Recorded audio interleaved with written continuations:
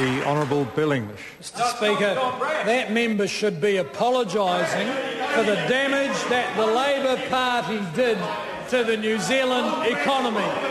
In particular, the legacy it left of record debt levels to foreigners. Record debt levels to foreigners. Mr Speaker, New Zealand owes foreigners $170 billion.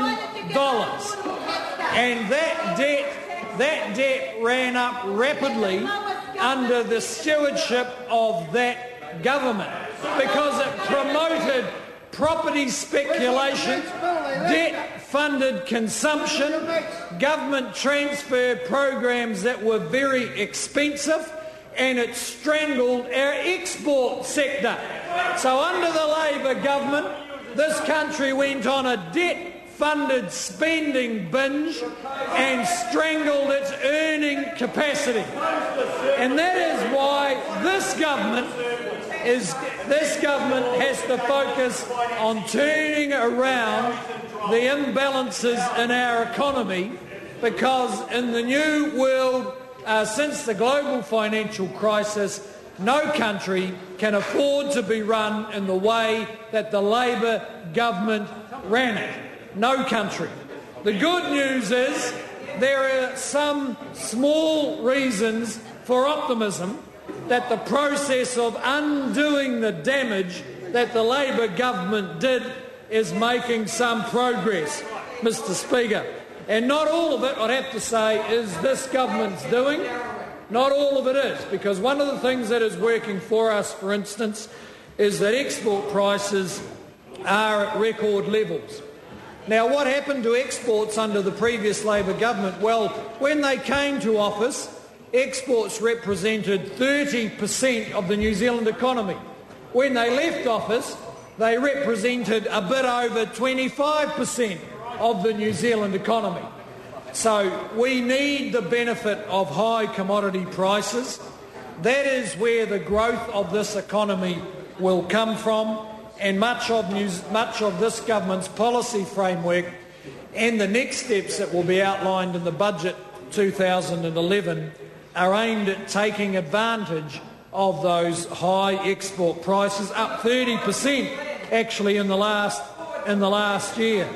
Mr Speaker, the other bit of good news is that mortgage interest rates are at 45-year lows.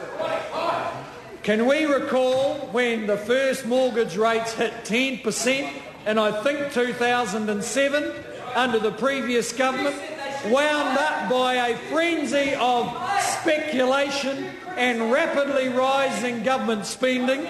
Well, Mr Speaker, floating mortgage rates now are at 5.7%. They have actually halved since the Labor government left office. Floating interest rates are half what they were when Labor was in power.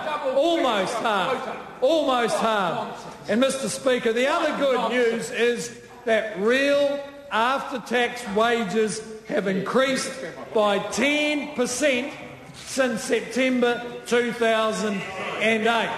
Despite the global financial crisis, despite the Labor government-induced recession that New Zealand had before that global financial crisis, real after-tax wages have increased by 10% since September 2008, and in the 8 years before that they grew by 4%. Real wages are actually up by 10%. And Mr Speaker, the other good news is that forecasters are now expecting economic growth to push above 4% next year and be in the zone of 3 to 4% beyond that. Now that's important because what's actually happened as a result of the policies of the last Labor government and then the global recession is that per capita incomes in New Zealand have still not yet reached the level they were in 2004. They started dropping then. We started to turn them around, but they dropped so far under the Labor government. Per capita real incomes dropped so far under the Labor government at a time when we were meant to be enjoying a global boom that in 2011 we have not got back to the levels that they were in 2004. The Honourable